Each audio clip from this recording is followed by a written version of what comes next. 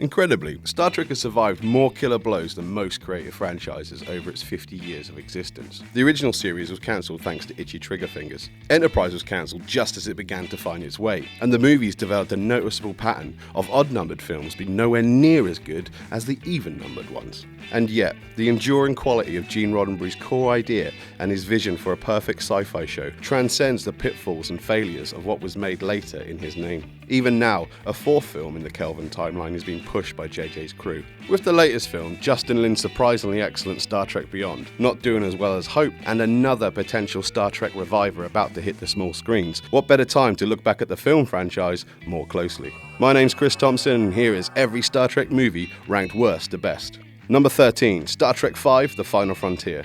Who would have thought that William Shatner's directorial debut would end up being such a Having cut his teeth helming episodes of T.J. Hooker, Shatner jumped into the Star Trek movie franchise on the back of 3 hits in a row and proceeded to help write a story that was a stretch too far even for the original series crew. He takes a lot of the blame for his part in the worst film of the series, and it's hard to defend him. The Final Frontier saw the crew of the Enterprise battling a godlike being with plans to destroy the galaxy, which must have absolutely delighted the church at the time. The story, which was problematic from the start, was hampered further by the 1988 writers' strike. For some reason, Shatner also decided to dial up the comedy, but struggled to actually write anything funny, with the exception of that one line. What does God need with a starship?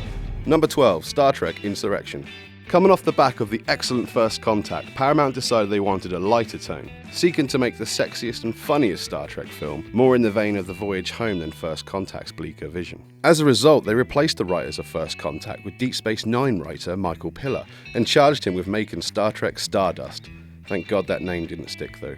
Jonathan Frakes directed, and despite several stages of development and changes to the script, with the exception of a few moments, it's simply not very entertaining. There are some reasonably diverting ideas, like Geordie LaForge getting his eyesight back in Data's rogue status, but the tone is too fluffy and idealistic. And while that's always been a part of Star Trek, to have it come after First Contact and with Voyager and Deep Space Nine both vying for Trekker attention, it just wasn't substantial enough.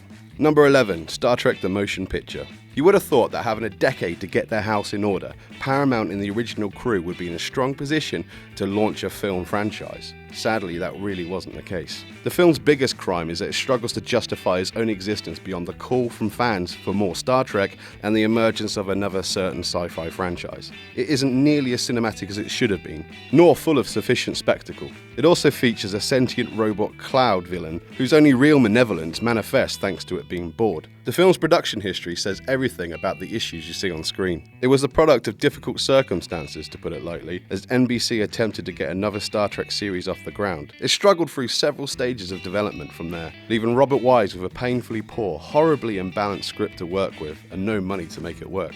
Still though, at least the blandness didn't kill the movie franchise before it even really began. Number 10, Star Trek Into Darkness. Star Trek Into Darkness is by no means a bad film. It's just oddly disjointed and it feels almost provocatively geared towards annoying fans. The film was hamstrung early by the painfully obvious Khan twist, which actually proved to be entirely pointless. The whole super soldier subplot could quite easily have survived that callback, and it would have done the film good not to try to align itself with one of the franchise's finest moments. It also seemed to needlessly mess with the formula it was seeking to trade off, killing Kirk and saving him from the frankly ridiculous Tribble conceit and turning Spock into an emo mess.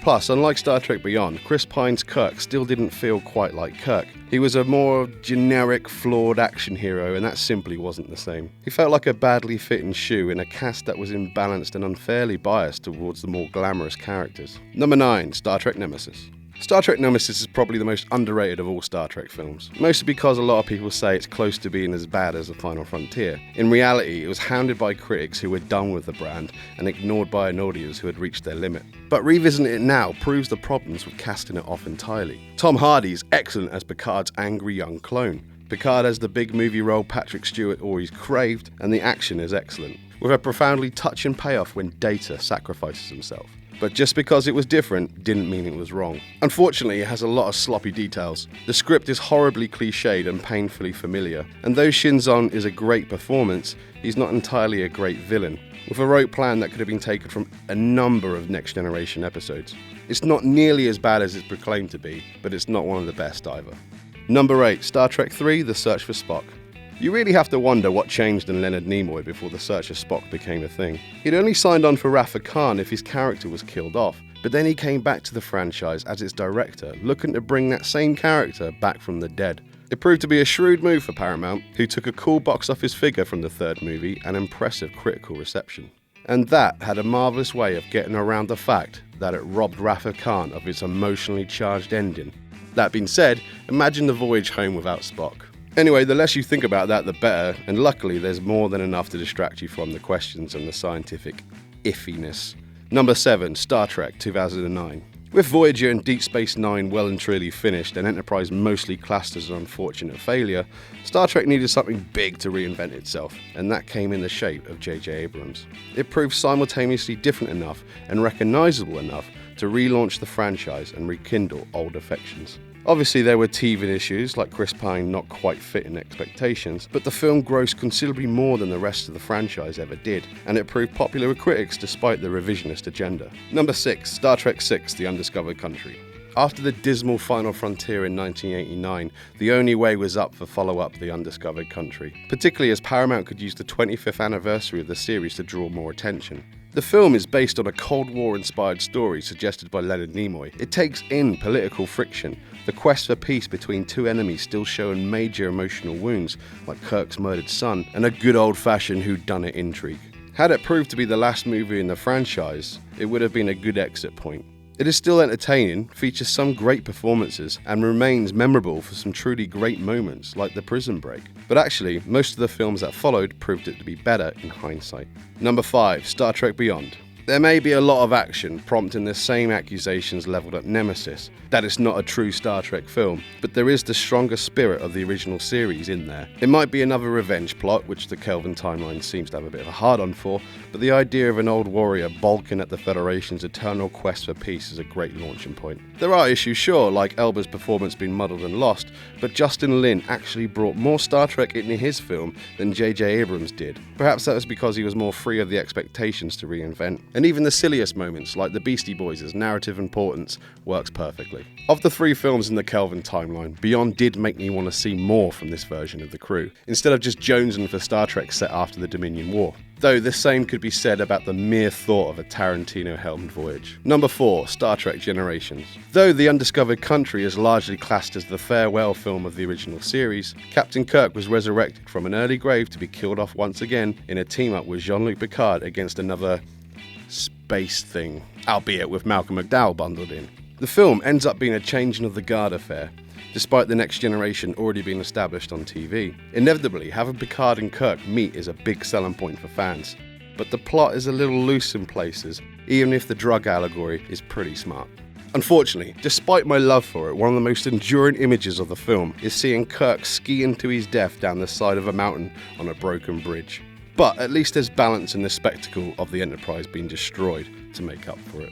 Number 3, Star Trek IV, The Voyage Home. There's a good chance you only remember the voyage home for the whale scene or Kung Fu Spock, but to be so reductive is almost criminal. Having boldly gone where no man has gone before, the original Enterprise crew returned somewhere more familiar for the 4th installment, America in 1986. Once more the story comes thanks to Leonard Nimoy, who clearly wanted to put a humpback whale in a Star Trek film and build a framework around it. That could be the only explanation for introducing a probe causing havoc because it only speaks humpbackese and is angry that it's not been answered. All plot issues aside, this is light-hearted Star Trek at its best, as Nimoy sought to entertain his audience more purely with humour. Shatner was so delighted with the whole thing that he demanded a pay rise and the chance to direct the next one, which worked out well.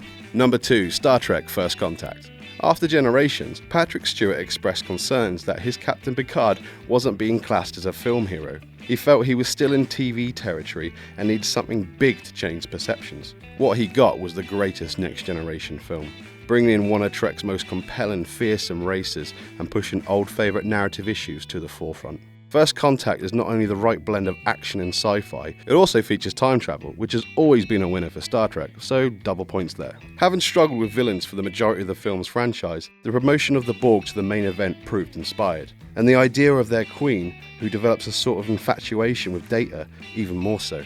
It's just a shame the Next Generation franchise went so badly off the rails after this, as we could have easily got a couple more bangers out the Frenchman. Number 1, Star Trek II, The Wrath of Khan. Star Trek II, Wrath of Khan is champagne to Star Trek's tepid bathwater. Despite the expectations that sequels always fail to outshine the original, Star Trek II The Wrath of Khan joins Terminator 2 as the exceptions of that rule. The two are vastly different in quality, despite how much cheaper Khan ended up being than its predecessor.